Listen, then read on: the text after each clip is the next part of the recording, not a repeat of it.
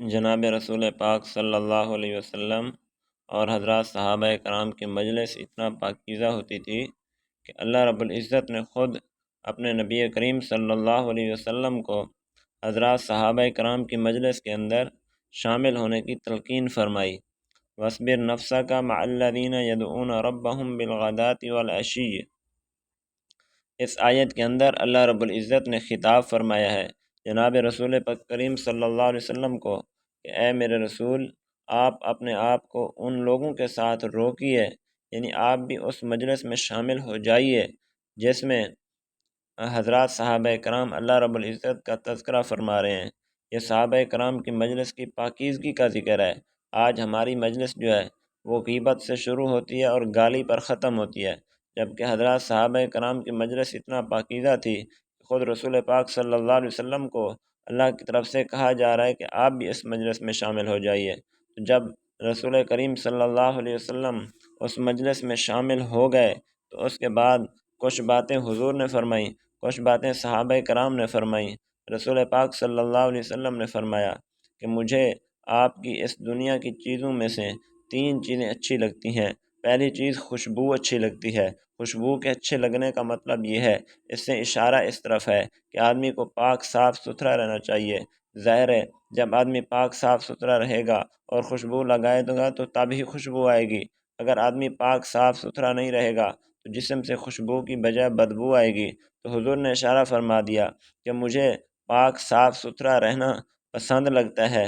دوسری چیز جو حضور کو پسند آئی وہ ہے اچھی بیوی، کہ مجھے آپ کی اس دنیا میں سے اچھی بیوی پسند لگتی ہے، اچھی بیوی پسند ہے۔ بیوی کے پسند ہونے کا مطلب یہ ہے کہ جب بیوی پاس ہوگی اور بیوی بھی اچھی ہوگی تو یہ بھی انسان کے دل اور دماغ کی پاکیزگی کا سبب ہوگا، اور اس کے علاوہ عبادت میں آسانی ہوگی، اور جب بیوی ہوگی عبادت کا ثواب بھی ڈبل ملے گا۔ اللہ رب العزت نکاح کرنے والے کو عبادت کا ڈبل ثواب عطا فرماتے ہیں۔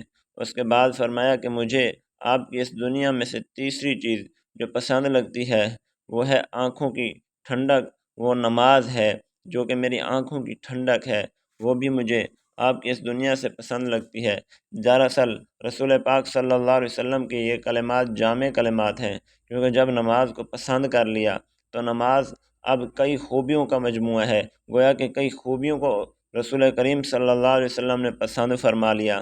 فرمایا نماز بے حیائی اور برے کاموں سے روکتی ہے۔ جب نماز آ گئی تو خود بخود انسان بے حیائی اور برے کاموں سے روک گیا۔ جب نماز آ گئی تو برکت آ گئی۔ جب نماز آ گئی تو اللہ کے ساتھ تعلق حاصل ہو گیا۔ جب نماز آ گئی اللہ کے ساتھ ہم کلامی نصیب ہو گئی۔ جب نماز آ گئی تو وضو اور طہارت، پاکیزگی، صفائی ستھرائی انسان کو مل گئی۔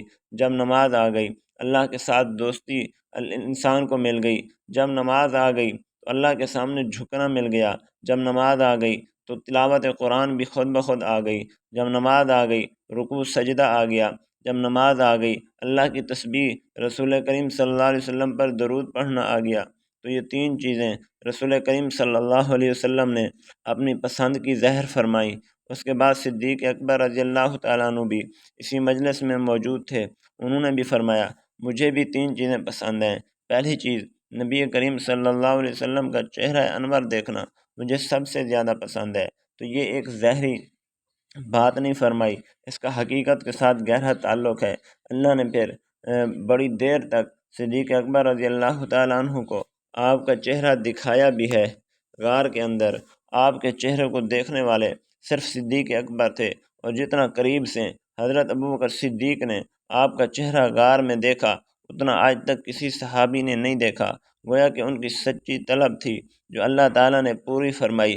اور دوسرا، آپ صلی اللہ علیہ وسلم کے چہرے کو جتنا کوئی صحابی زیادہ دیکھتا ہے اتنا وہ صحابہ میں زیادہ مرتبہ پاتا ہے، کیونکہ آپ کے چہرے کو ایمان کی حالت میں دیکھنا یہی تو مرتبہ صحابیت ہے۔ حضرت ابوبکر صدیق رضی اللہ تعالیٰ عنہ نے جتنا زیادہ دیکھا چہرہ، اس لیے وہ صحابہ کے امام بنے۔ دوسری چیز جو ابوبکر صدیق کو پسند تھی وہ یہ ہے کہ مال میرا ہو، خرچ آپ پر ہو۔ حضور جہاں اشارہ فرماتے جائیں وہاں میرا مال خرچ ہوتا جائے۔ حضور جہاد میں اشارہ فرمائیں، میرا مال جہاد میں خرچ ہو۔ حضور غزوات میں اشارہ فرمائیں، میرا مال غزوات میں خرچ ہو۔ حضور مسجد کی طرف اشارہ فرمائیں، میرا مال مسجد کی طرف خرچ ہو۔ حضور صحابہ کرام پر خرچ کرنے کا حکم دیں، میرا مال صحابہ پر خرچ ہو۔ گویا کہ آپ اشارہ فرماتے جائیں اور میں مال خرچ کرتا جاؤں۔